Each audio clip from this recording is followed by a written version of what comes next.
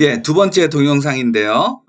우리가 비정규직 근로자가 무엇인지에 대해서 살펴보았습니다. 예.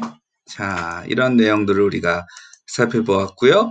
그리고 역사, 그리고 규모, 그리고 실태에 대해서 살펴보았는데요. 자, 그러면 이제 이슈들이 무엇이 있는가에 대해서 좀 생각해 보도록 하겠습니다.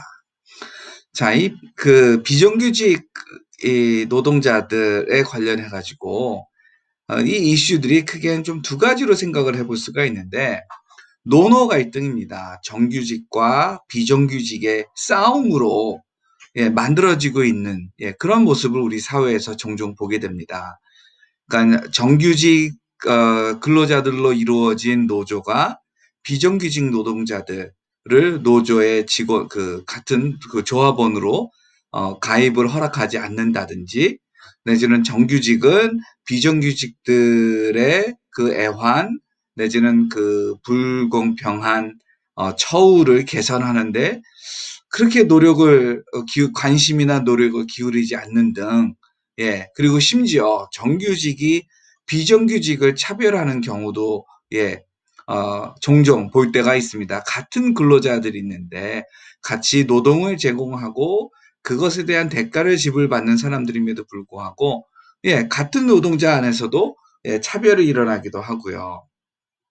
또한 정부의 그 정책에 있어서도 이 비정규직을 어떻게 생각하는가에 대해서 그 대통령이 누구냐에 따라 좀 달라지는 것 같기도 합니다.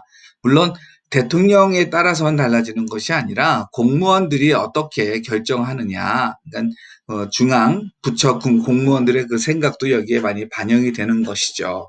자, 이러한 이슈들이 있는데 지금 요렇게만 보면 사실 좀 그 정치적 이슈들인 것 같잖아요. 근데 이게 정치적 이슈로만 남아있는 것이 아니라 불공평한 경제라고 하는 경제 이슈로 발전을 하게 되고요.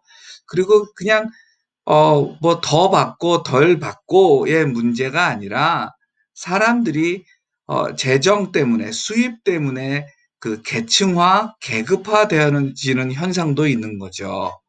예를 들어서 어 그 같은 근로자임에도 불구하고 정규직 근로자는 많은 임금을 받아 가지고 뭐 자녀들의 그 교육에 더 많은 투자를 할 수 있는 여력이 생기고요. 비정규직 같은 경우는 그렇지가 않고요.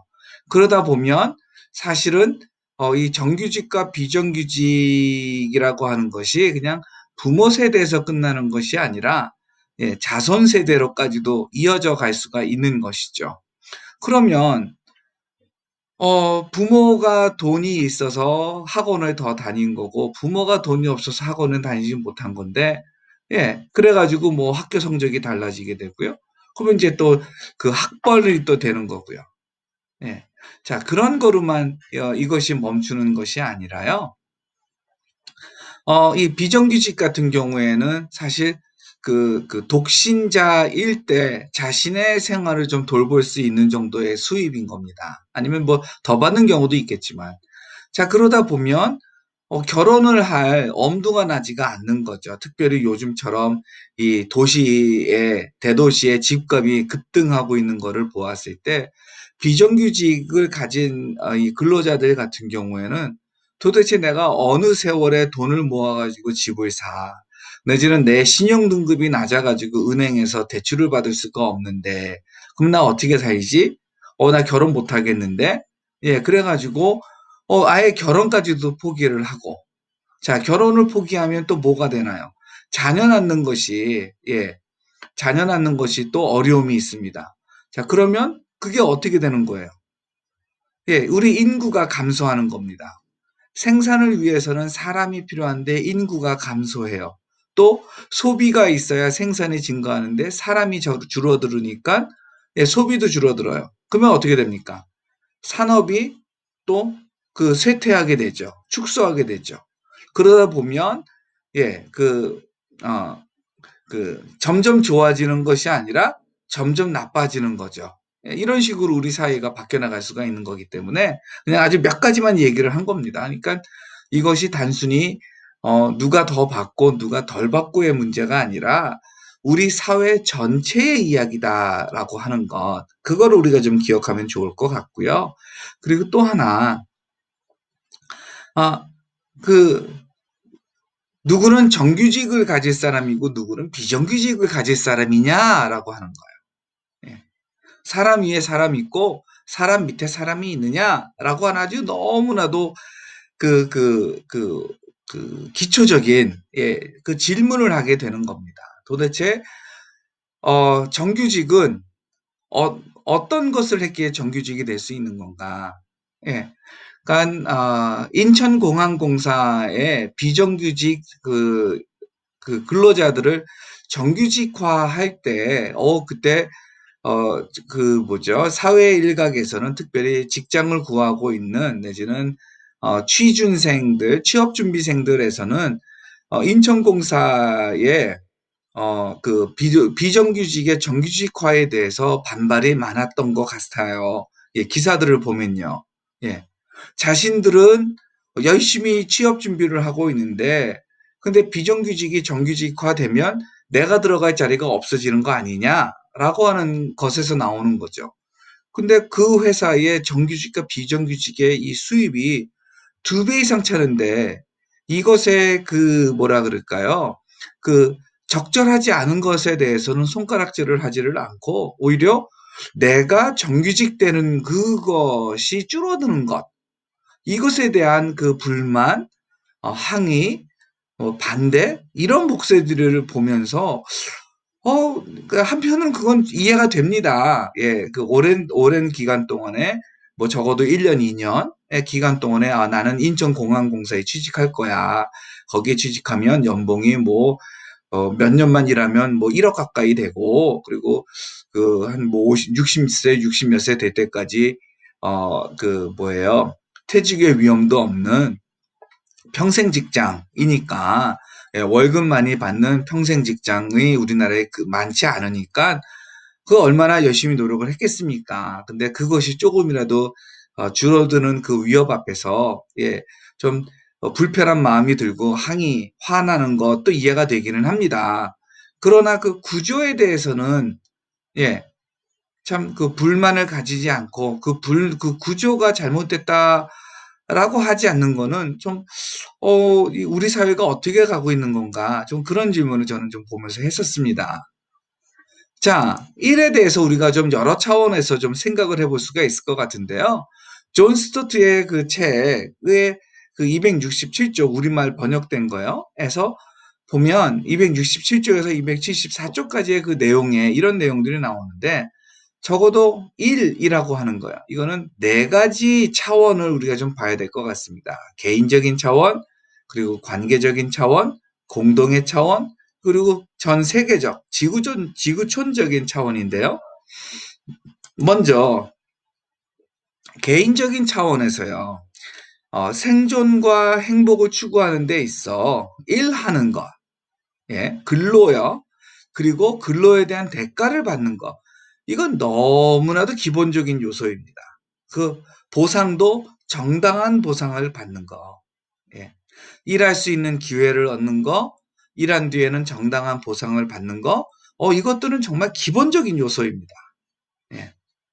자, 이랬을 때 이 개인적인 차원에서 내가 그 일을 할 수 있는 능력과 기본적인 자격을 갖추었는가라고 하는 거예요. 저 사람이, 그러니까 나 스스로를 돌이켜 봐야 되고요. 다른 사람을 보아서도 저 사람이 그 능력과 기본적인 자격을 갖추었는가라고 하는 거예요. 이거는 아주 중요한 질문이고 기본적인 질문입니다. 자, 이런 것들이 검증이 된 다음에 일하는 기회가 주어졌다면, 그러면 적절한 일과 보상이 있어야 되는 것. 이건 역시도, 예, 너무나도 당연하고 지극히 기대가 되는 일입니다. 그런데 이것이 안 일어난다면, 그거는 우리가, 예, 잘못됐다라고 말할 수 있어야 되겠죠. 두 번째로 관계적 차원입니다. 일을 하는 데 있어 같이 일하는 동료들이 있습니다. 그 구성원들이 있는데 서로 인간으로서, 예, 존중받고 존중해야 합니다. 예. 같은 직장 안에 1등 시민, 2등 시민, 이 차별은 그 1등 시민으로 스스로 여기는 사람을 위해서도 없어야 되고요. 2등 시민으로 취급받는 사람을 위해서도 없어야 됩니다. 자기 자신을 1등 시민으로 여기고 다른 사람을 2등 시민으로 낮추어 볼 때 이 1등 시민으로 자칭하는 사람들, 예, 교만한 겁니다. 그거는요, 그 사람의 그 인격성에, 예, 절대로 도움이 되지가 않습니다. 그리고 업신여김을 당하는 내지는 부당한 취급을 당하는 이 2등 시민의 취급을 당하는 사람들의 그 영혼은, 삶은 얼마나 피폐해집니까? 그러니까 관계적인 측면에서 한 회사 안에서, 예, 정규직이었던 비정규직이든 내지는 돈을 많이 받는 사람이든 돈을 조금 받는 사람이든 오랫동안 일하는 사람이든 뭐 단기간 동안에 알바하는 사람이든 서로 존중하고 존중받아야 되는 거. 이거는 기본적으로 있어야 될 일입니다. 자, 공동의 차원이요. 누구라도 비정규직 일을 할 수가 있습니다. 특별히 이 21세기 현대 사회에서는요. 정말 누구라도 비정규직이 될 수 있습니다. 이것을 피하려고 그렇게 입사 비리, 예, 취업 비리가 있는 것 아닙니까? 근데 그러니까 내가 정규직이라고 할지라도 내 친구가 비정규직일 수가 있고요. 내가 정규직이라도 나중에 내 자녀가 비정규직일 수가 있습니다.